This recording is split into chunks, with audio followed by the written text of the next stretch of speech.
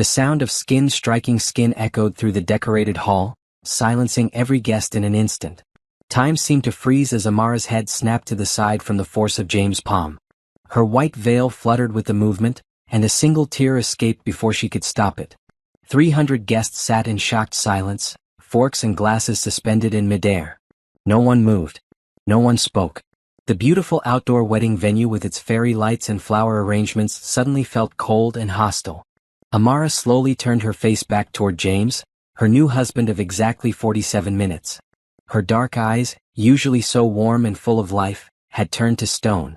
The red mark on her cheek stood out harshly against her deep brown skin, but the pain in her heart was far worse than any physical sting. "What did you just do?" she whispered, her voice somehow carrying through the silent hall despite its softness.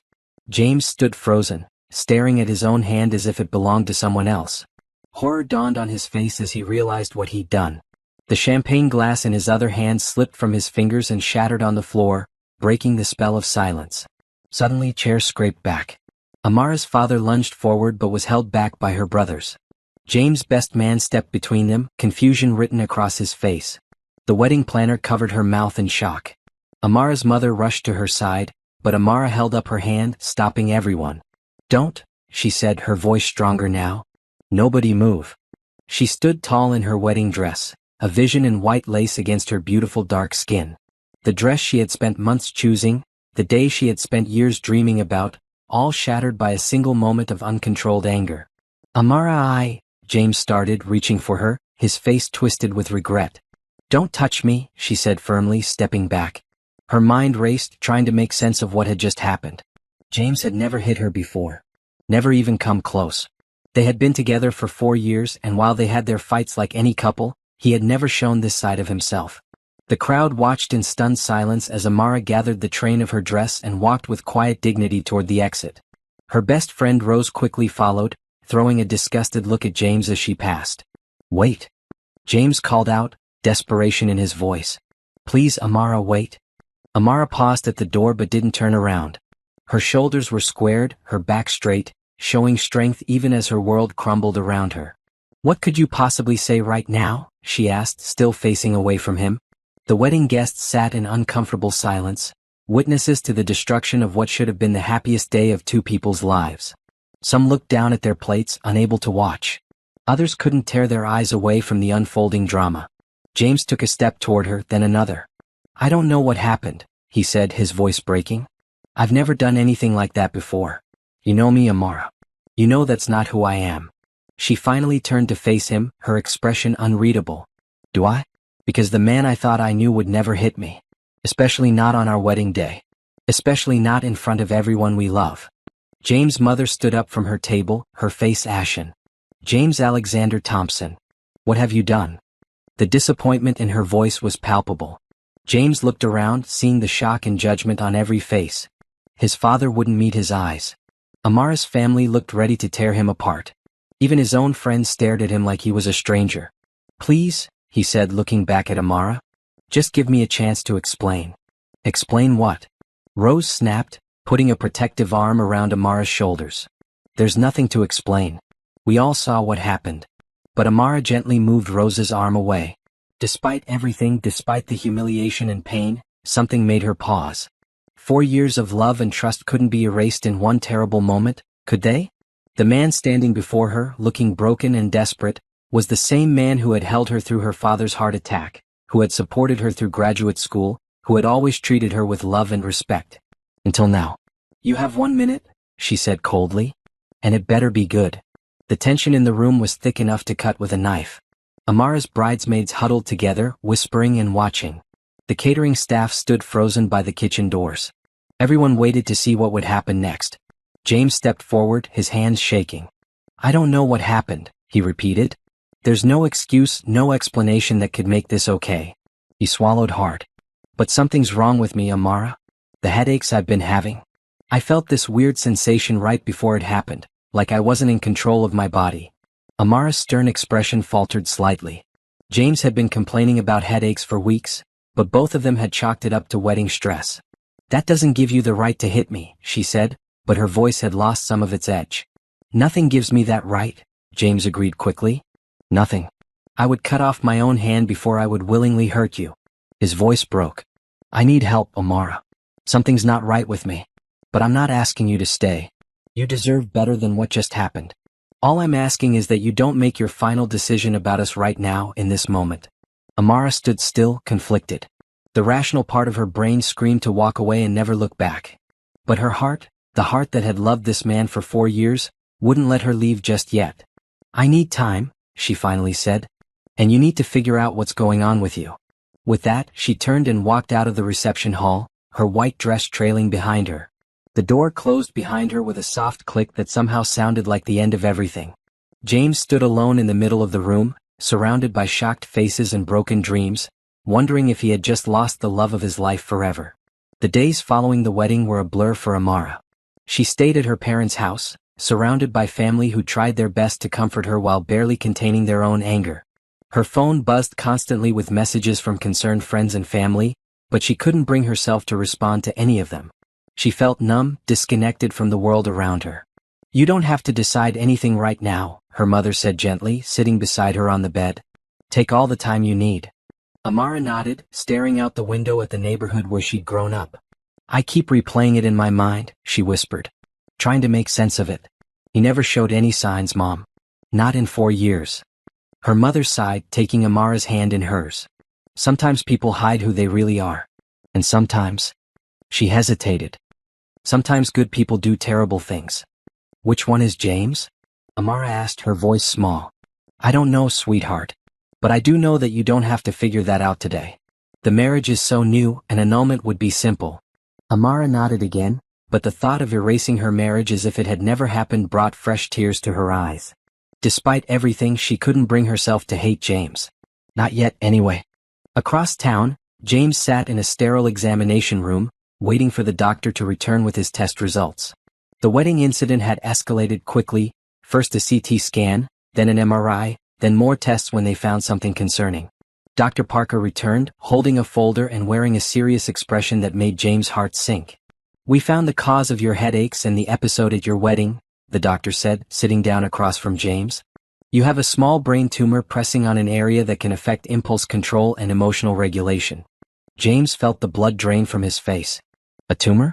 Is it? Am I going to die? It's benign, Dr. Parker assured him quickly. And its location makes it operable with a good chance of complete recovery. But left untreated, it could continue to cause these episodes of uncharacteristic behavior, headaches, and potentially other neurological symptoms. James slumped back in his chair, feeling relief and fear in equal measure. So what happened at my wedding? It wasn't really me? Neurologically speaking, sudden aggression can definitely be a symptom of a tumor in this location. It doesn't mean you're not responsible for your actions, but it does mean there's a medical explanation for behavior that's out of character for you. James nodded slowly, trying to process everything. How soon can we do the surgery? We can schedule it for next week, Dr. Parker replied. In the meantime, I'm prescribing medication that should help control the symptoms. But you shouldn't be alone right now, just in case there are more episodes. I don't think that's going to be a problem, James said bitterly. My parents have barely let me out of their sight since the wedding. After leaving the doctor's office, James sat in his car for a long time, staring at his phone. He needed to tell Amara, but would she even believe him? Would she think he was making up an excuse? He couldn't blame her if she did. Finally, he typed out a text message. I need to talk to you. The doctor found something. Please, Amara. Across town, Amara's phone buzzed with the message. Rose, who had barely left her friend's side since the wedding, peeked over her shoulder. Are you going to answer him? She asked. Amara bit her lip. I don't know. You don't owe him anything, Rose reminded her. Not a conversation, not a chance to explain, nothing. I know, Amara said quietly. But I need answers. For myself. After a long moment, she replied, tomorrow. 2 p.m., the coffee shop on Main. She chose a public place deliberately. Though she couldn't imagine James hurting her again, she wasn't taking any chances. The next day, Amara arrived at the coffee shop early. She chose a table near the door, an easy escape route if needed. She wore jeans and a simple blouse, her hair pulled back in a ponytail. No makeup covered the dark circles under her eyes, evidence of many sleepless nights. When James walked in, she almost didn't recognize him. In just a few days, he had lost weight and his usually confident demeanor was gone. He moved cautiously as if afraid of frightening her. "Thank you for meeting me," he said quietly, sitting down across from her. Amara nodded stiffly. "You said the doctor found something?" James pulled out a folder from his bag and placed it on the table between them. "I have a brain tumor," he said, his voice shaking slightly. "It's in a part of my brain that controls impulses and behavior. The doctor said it could explain what happened at the wedding." Amara stared at him, then at the folder. Slowly, she opened it and looked at the medical reports inside, the MRI images showing a small white mass in James' brain. "The doctor said it's been growing for months, maybe longer," James continued when she didn't speak. "It explains the headaches, the mood swings." He swallowed hard. "What I did to you." Amara looked up from the papers, her expression guarded. "So you're saying it wasn't your fault? That you can't be held responsible?" James shook his head firmly. "No. I'm still responsible for what I did. Nothing can change that or make it okay. I'm just trying to explain that it wasn't the real me. I would never consciously hurt you, Amara. Never." She sat back, arms crossed protectively over her chest. "When is the surgery?" "Next Tuesday. They're going to remove it completely. The doctor says the prognosis is good." Amara nodded slowly, trying to process everything. Part of her felt relief knowing there was a medical explanation for what happened. Another part remained wary, unable to forget the shock and humiliation of that moment. "I don't know what this means for us," she admitted. "I need time to think." "I understand," James said quickly. "I'm not asking you to come back or forgive me. I just wanted you to know the truth. Whatever you decide, I'll respect it." They sat in silence for a moment, the coffee shop bustling around them. It was strange to be having such an intimate conversation in such a public place, strangers laughing and chatting just feet away, oblivious to their personal drama. "Can I call you?" James asked finally. "After the surgery?" Amara hesitated, then nodded. "Yes. Let me know that you're okay." It wasn't forgiveness, not yet. But it was a small opening, a tiny crack in the wall that had sprung up between them. As they parted ways outside the coffee shop, neither knew what the future held, but for the first time since the wedding, both felt a glimmer of hope. The day of James' surgery arrived with cloudy skies and a slight chill in the air. He checked into the hospital at dawn, his parents by his side, offering support even as worry etched lines on their faces. James hadn't slept much the night before, his mind racing with thoughts of Amara and fears about the procedure. "Did you call her?" his mother asked softly as they waited for the nurse to come get him. James nodded. "She knows," she said. He swallowed hard. "She said she'd be thinking of me today." His mother squeezed his hand but said nothing. What was there to say? Their perfect wedding had turned into a nightmare, and now their son was facing brain surgery. All they could do was be there for him and hope that somehow things would work out. When the nurse finally called his name, James hugged his parents tightly. "I love you both," he said, fighting back tears. "We'll be right here when you wake up," his father promised, his voice gruff with emotion. As James was wheeled toward the operating room, he couldn't help but think about Amara. Would she really be thinking of him today? Did she still care at all? Or had he destroyed everything beyond repair with that one terrible moment? Across town, Amara sat at her desk at work, unable to focus on anything. She had told James she would be thinking of him, and she couldn't think of anything else. The documents on her computer screen blurred as her mind kept returning to the hospital where, right now, surgeons were operating on James' brain. "You okay?" her coworker Denise asked, popping her head into Amara's office. "Fine," Amara lied, forcing a smile. "Just a little tired." Denise gave her a sympathetic look. Everyone at the office knew about the wedding disaster. It was hard to keep something like that quiet in a small town. To their credit, most had been respectful and supportive, but Amara could still feel the weight of their curious glances and whispered conversations. By lunchtime, Amara couldn't stand it anymore. She told her boss she wasn't feeling well and left early, but instead of going home, she found herself driving toward the hospital. She wasn't sure what she was doing or what she would say when she got there. All she knew was that she needed to be there. When she arrived at the surgical waiting room, James' parents looked up in surprise. "Amara," his mother said, standing quickly. "We didn't expect." "I know," Amara said awkwardly. I needed to be here. Is there any news?" "He's still in surgery," James' father replied. "They said it could be several hours." Amara nodded and took a seat across from them. An uncomfortable silence fell over the room. The last time they had seen each other was at the wedding, right after the incident. What could they possibly say to each other now? After a few minutes, James' mother moved to sit beside Amara. "He told us about the tumor," she said quietly. "That doesn't excuse what happened, but—" "I know," Amara replied, her voice equally soft. "I've been doing a lot of reading about it. Brain tumors can cause dramatic personality changes sometimes." "He's been devastated," his mother continued. "Not just about the diagnosis but about what he did to you. He loves you so much, Amara." Amara looked down at her hands, noticing she still wore her wedding ring. She hadn't been able to bring herself to take it off yet. "I love him too," she admitted. "That's what makes this so hard. If I didn't care, it would be easy to walk away." Hours passed slowly in the waiting room. They made awkward small talk, ate vending machine snacks, and watched the clock tick by. Finally, a surgeon in scrubs appeared at the door. "Thompson family?" he called. They all stood up quickly, and Amara hung back slightly, suddenly unsure of her place. But James' mother reached back and took her hand, pulling her forward. "How is he?" his father asked anxiously. "The surgery went well," the surgeon said with a smile. "We were able to remove the entire tumor, and there were no complications. He's in recovery now and should be waking up soon." Relief washed over all of them. James' mother started crying, and his father put an arm around her shoulders. Amara felt her own eyes fill with tears. "When can we see him?" she asked, surprised by the steadiness in her voice. "He'll be moved to a room in about an hour," the surgeon replied. "You can see him then, but only for a short visit. He'll be groggy from the anesthesia." As they waited for James to be transferred to his room, Amara stepped outside to call her parents and let them know what was happening. Her mother answered on the first ring. "You're at the hospital?" she asked, surprise evident in her voice when Amara explained. "Are you sure that's a good idea?" "I don't know, Mom," Amara sighed. "I just know I needed to be here." "Be careful with your heart, sweetheart," her mother warned gently. "Take things slow." "I will," Amara promised. "I'm not making any decisions right now. I couldn't let him go through this alone." When she was finally allowed to see James, Amara's breath caught in her throat. He looked so vulnerable lying in the hospital bed, his head wrapped in bandages, tubes and wires connecting him to various machines.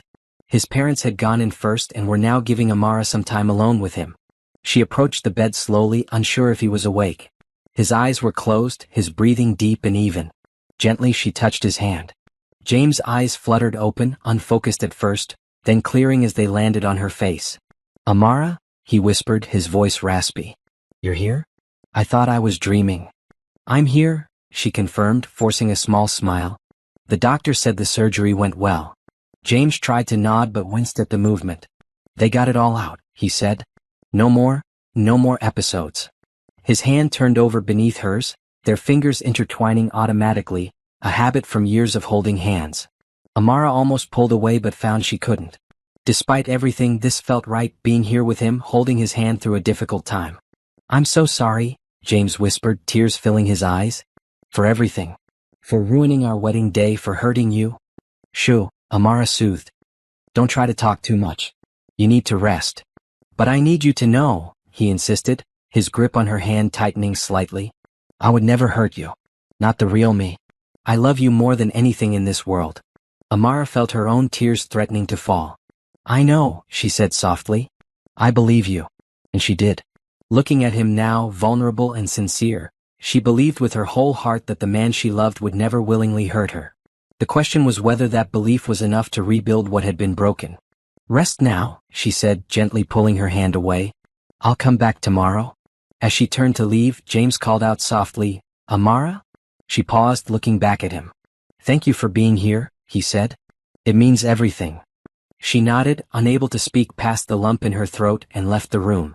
In the hallway, she leaned against the wall and let the tears fall freely.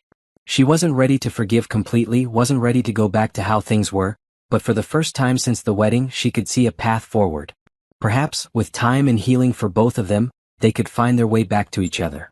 The weeks following James' surgery were a time of slow healing, physical for him, emotional for both.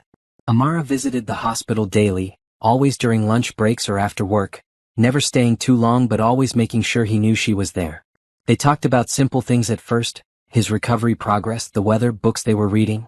Gradually, they began to rebuild the easy conversation that had always been a cornerstone of their relationship.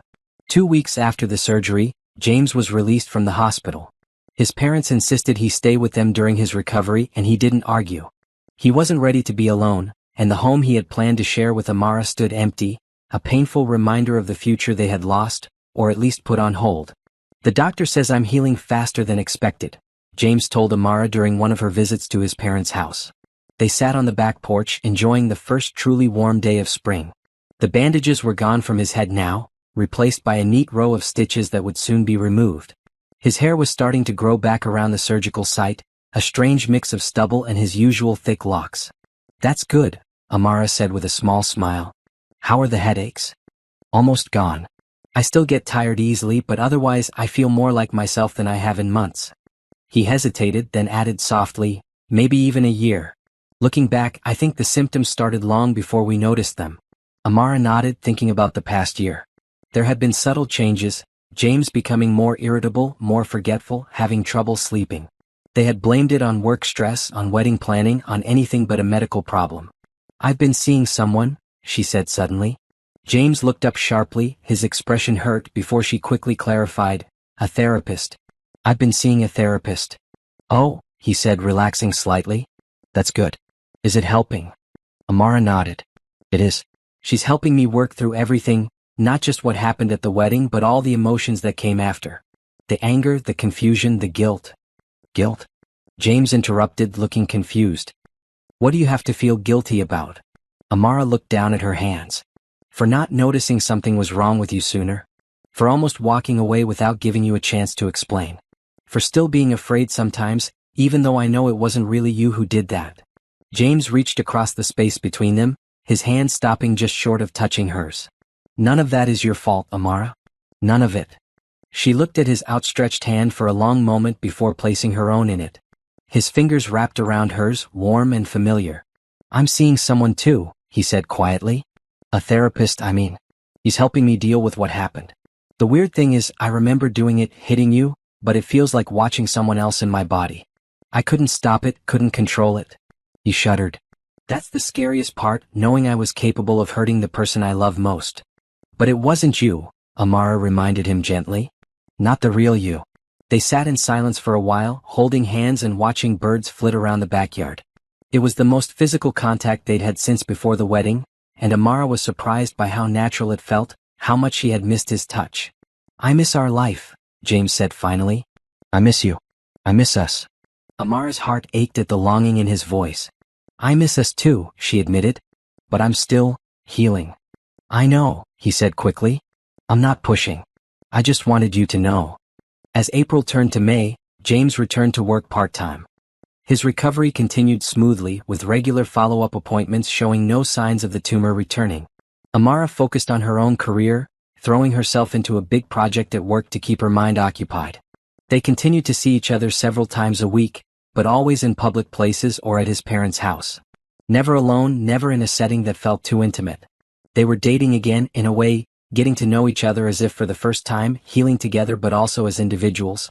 One evening in late May, James invited Amara to dinner at a new restaurant downtown. It was the first time he had suggested something that felt like a real date, and Amara spent far too long deciding what to wear before settling on a simple blue dress that she knew James loved. When she arrived at the restaurant, he was waiting outside, holding a single white rose. He looked fully recovered now, the scar on his head mostly hidden by his regrown hair. More importantly, his eyes were clear and bright, the way they had been when they first fell in love. "You look beautiful," he said, handing her the rose. "Thank you," she replied, feeling suddenly shy. "You look good too. Healthy." The restaurant was quiet and elegant, with soft lighting and private booths. They were shown to a table near the back, away from other diners. "I hope this is okay," James said, looking nervous. "I wanted somewhere we could talk privately, but I understand if you're not comfortable." "It's perfect," Amara assured him. And it was. For the first time since the wedding, she felt completely at ease with him. They ordered dinner and talked about light topics at first: work, friends, a movie Amara had seen recently. As they ate, though, the conversation turned more serious. "I've been thinking a lot about us," James said, his eyes fixed on hers. "About where we go from here." Amara nodded, her heart beating faster. "Me too. I know things can never go back to exactly how they were before," he continued. "Too much has happened. But I wonder if maybe we could create something new together. Something stronger because of what we've been through. Amara took a deep breath. I've been afraid, she admitted. Not of you, not anymore. But of trusting again, of being vulnerable. I understand that, James said softly. But I've realized something, she continued. Every relationship requires trust.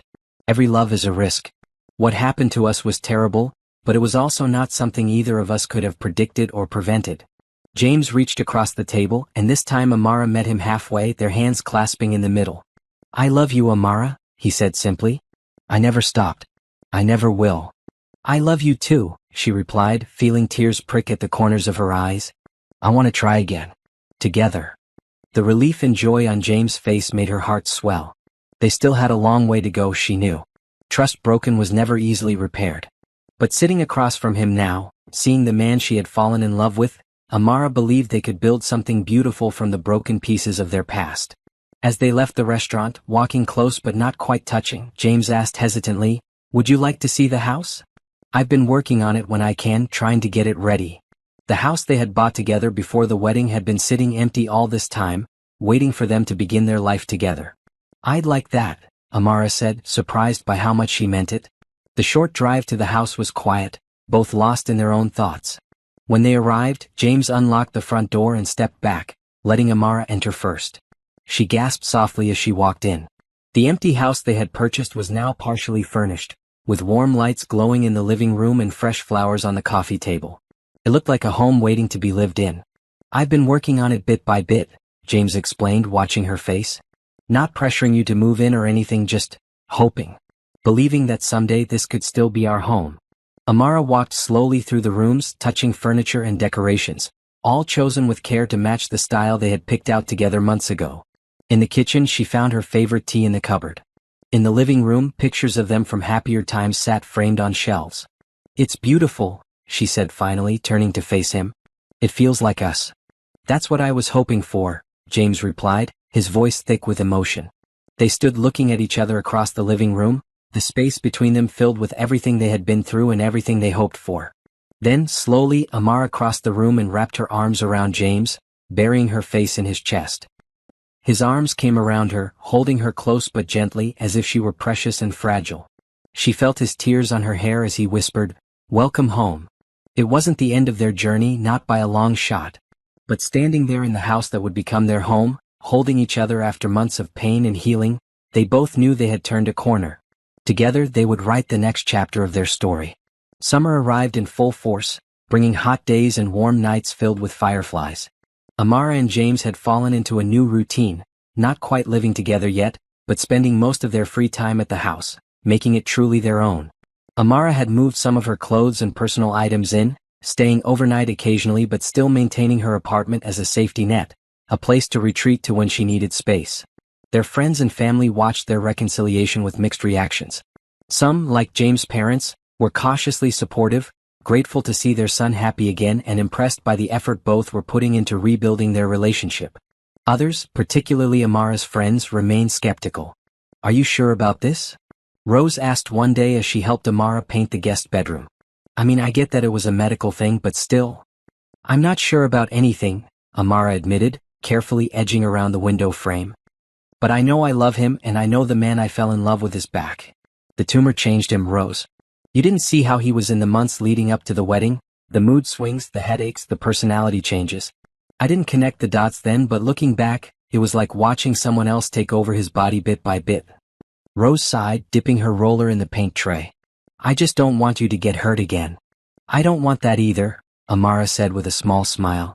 But I can't live my life afraid of what might happen. None of us knows what tomorrow brings. Later that evening, after Rose had left, Amara found James sitting on the back porch, looking at the sunset. She sat beside him on the porch swing, their shoulders touching comfortably. Rose still doesn't trust me, he said without looking at her. It wasn't a question. She's protective, Amara replied. She'll come around eventually. James nodded slowly. I can't blame her. Sometimes I still don't trust myself. Amara turned to look at him, surprised. What do you mean? He sighed, finally meeting her eyes. I have these dreams sometimes. Nightmares, really. Where it happens again, I hit you, but this time there's no tumor to blame. It's just me being a monster. Amara's heart ached at the pain in his voice. James, you're not a monster. You never were. But how can we be sure it won't happen again? He asked, his voice barely above a whisper. The doctors say the tumor is gone, the scans are clear, but what if they miss something? What if it comes back? Amara took his hand, squeezing it reassuringly. Then we'll deal with it together. We know what to look for now, the headaches, the mood changes. We won't ignore the signs again. James looked down at their intertwined fingers. You know, when I was in the hospital, I made a promise to myself. If you gave me another chance, I would spend the rest of my life making sure you never regretted it. I don't, Amara said softly. Regret it, I mean. Being here with you feels right. He smiled then, a genuine smile that lit up his eyes.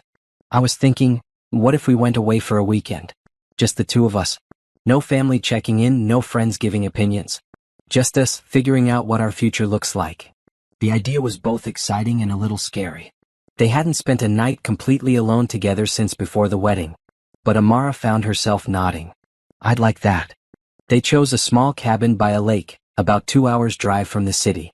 It was simple but charming, with a stone fireplace and a deck overlooking the water. They arrived on a Friday afternoon, the car packed with groceries and weekend bags. It's beautiful, Amara said, stepping out of the car and breathing in the fresh air. The lake sparkled in the distance, surrounded by trees in full summer bloom. James carried their bags inside while Amara explored the cabin. It was cozy and clean, with a small kitchen, a living area centered around the fireplace, and a bedroom with a big window facing the lake. Something about the quiet simplicity of the place felt healing, as if they had stepped outside of time and away from all their problems. They spent the afternoon settling in, unpacking groceries and walking down to the lake. The water was cool but not cold, and they took off their shoes to wade along the shore, talking about simple things, a book James was reading, a project Amara was working on at her job. It felt normal, comfortable, like the early days of their relationship before wedding stress and health problems had complicated everything. As evening fell, they cooked dinner together, moving around the small kitchen with the easy coordination of two people who knew each other well. James made his specialty pasta sauce while Amara prepared a salad, their conversation flowing naturally from topic to topic. After dinner, they sat on the deck with glasses of wine, watching the sunset paint the sky in shades of pink and gold. In the growing darkness, fireflies began to appear, tiny flashes of light dancing over the lake. I've missed this, James said softly, looking at Amara's profile in the fading light. Just being with you. Not talking about doctors or therapists or family opinions. Just us. Amara turned to face him, her expression serious. I've missed it too. But we can't pretend the hard stuff didn't happen. It's part of our story now. I know, James agreed. And maybe that's not entirely bad. We've both changed. Grown stronger in some ways. They fell silent, watching the last colors fade from the sky as stars began to appear. When Amara shivered slightly in the cooling air, James hesitated, then put his arm around her shoulders. She leaned into him, fitting perfectly against his side as she always had. When I was in the hospital, James said after a while, I had a lot of time to think about us. About what I wanted for our future.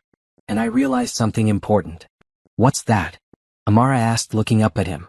That even if we never got back together, even if you decided you couldn't trust me again, I would still be grateful for the time we had. You made me a better person, Amara. You showed me what real love looks like. Tears pricked at Amara's eyes. Even after everything that happened?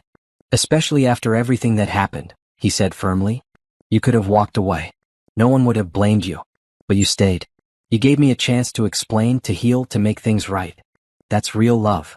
Amara reached up to touch his face, her fingers tracing the line of his jaw. I couldn't walk away, she admitted. Even when I was angry and hurt, even when I wasn't sure we had a future, I couldn't stop loving you. James turned his head to kiss her palm, a gesture so tender it made her heart ache. Slowly, giving her every chance to pull away, he leaned down and kissed her lips. It was their first real kiss since before the wedding, soft and tentative at first, then deepening as Amara responded, her arms sliding around his neck. When they finally broke apart, both were breathless. I should probably set up the couch for me to sleep on, James said, his voice rough with emotion. But Amara shook her head. No, she said softly. Stay with me tonight. Later, lying in bed with James' arms around her, Amara felt a peace she hadn't experienced in months. Outside, the moon shone on the lake, and the occasional hoot of an owl broke the night silence. They had made love slowly, rediscovering each other with gentle touches and whispered words of affection. It felt like coming home. What are you thinking about? James asked, his breath warm against her hair. The future, she replied honestly. Our future. And what does it look like? Amara smiled in the darkness. It looks good. Different than I imagined before, but good. James tightened his arms around her. I love you, Amara. Whatever comes next, we'll face it together. Together, she agreed, closing her eyes and letting sleep take her, safe in the arms of the man she loved. The weekend passed too quickly, filled with long walks, quiet conversations, and moments of rediscovered intimacy. By Sunday afternoon, as they packed the car to return to the city, both felt more certain about their path forward. I don't want to go back, Amara admitted as they stood on the deck one last time, looking out at the lake. We can come back, James promised. Anytime you want. But I'm not sad to be going home. Oh. The word had such weight now, such meaning. Not just a place with walls and a roof, but wherever they were together. As they drove back to the city, Amara reached across the center console to take James' hand. I've been thinking, she said. I want to move in. Properly, I mean. All my things, not just visiting. The joy on James' face was answer enough, but he squeezed her hand and said, nothing would make me happier. The next few weeks were busy with moving arrangements, as Amara gave notice on her apartment and packed up her belongings.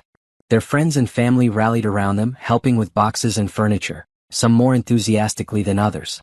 Rose still watched James with wary eyes, but she was trying for Amara's sake. One evening, as they collapsed onto the couch after a long day of unpacking, James pulled a small box from his pocket. What's that? Amara asked, eyeing it curiously. Something I've been holding on to, he replied, opening the box to reveal her engagement ring, the one she had taken off the night of the wedding and never put back on. I'm not proposing again.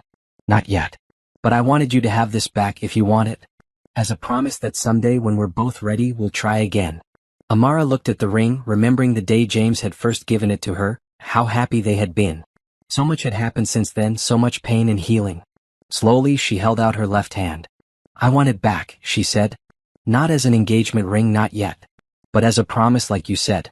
A promise that we won't give up on each other, no matter what. James slipped the ring onto her finger where it belonged. It felt right, a symbol of their journey and their commitment to each other. No matter what, he agreed, pulling her close for a kiss that sealed their promise. 1 year later, on a perfect summer day, Amara stood in the small dressing room of a garden venue, looking at herself in the mirror. Her wedding dress was simpler this time, an elegant ivory sheath that skimmed her curves and complemented her dark skin. Her hair was styled in loose curls, adorned with tiny white flowers. You look beautiful, her mother said, adjusting the neckline slightly. Are you nervous? Amara shook her head, smiling. Not at all. Not this time. It had been a journey to get to this day, a path with unexpected turns and obstacles. After moving in together, they had taken things slowly, rebuilding their relationship day by day. James continued to be healthy, with no signs of the tumor returning. They had both continued therapy, separately and together, working through the trauma of what had happened and learning better ways to communicate and support each other. 6 months ago, on the anniversary of their first disastrous wedding, James had proposed again properly, with a new ring to symbolize their new beginning.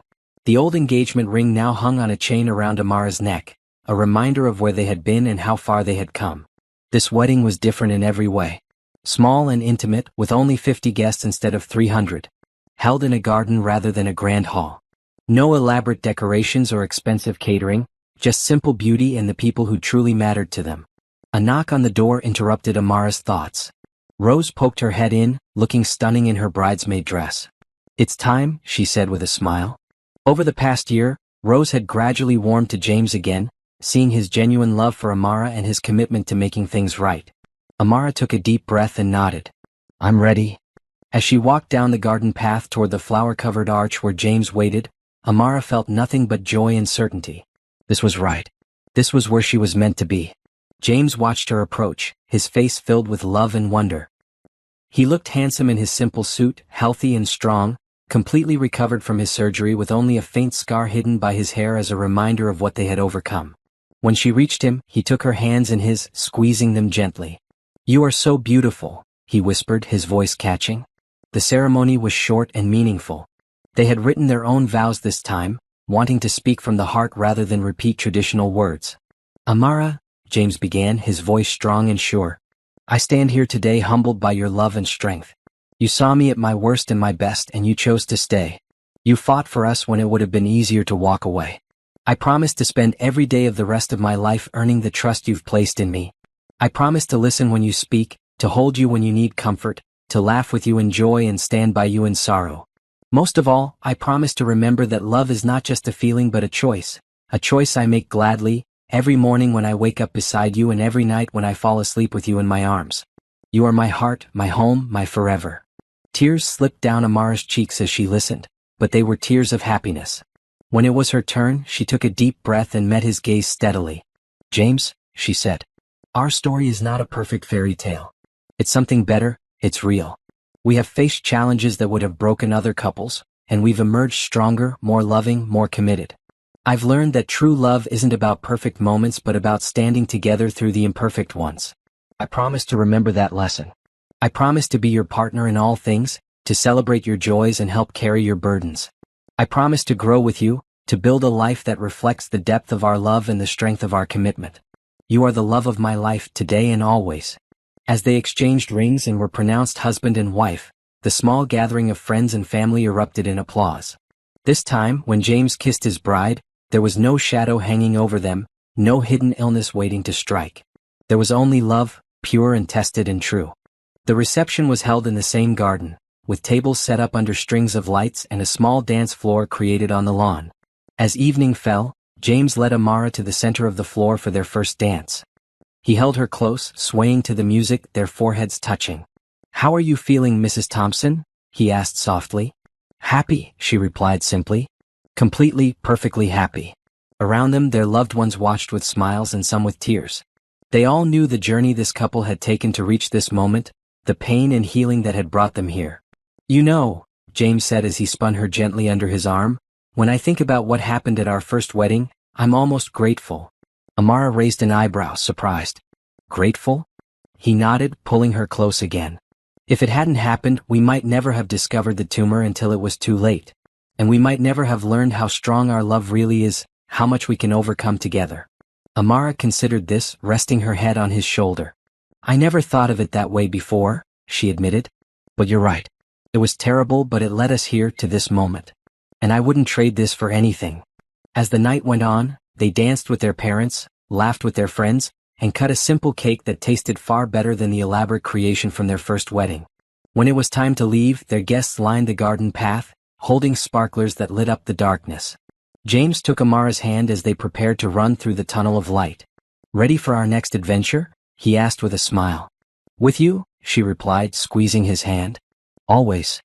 They ran together through the sparkling path, laughter and love carrying them forward into their future, a future they had fought for, a love they had earned through pain and healing and unwavering commitment to each other.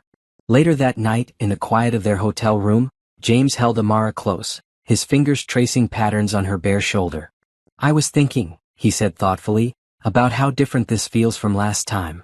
It feels real, Amara replied, looking up at him. Last time we were caught up in the spectacle of it all, the big venue, the hundreds of guests, the perfect clothes and food and flowers. This time it was just about us. Our love. Our commitment. James nodded, pressing a kiss to her forehead. Someone once told me that the wedding is just one day but the marriage is your whole life.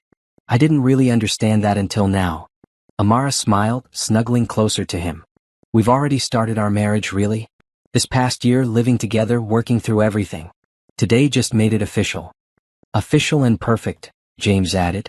No medical emergencies, no family drama. Just us, promising forever.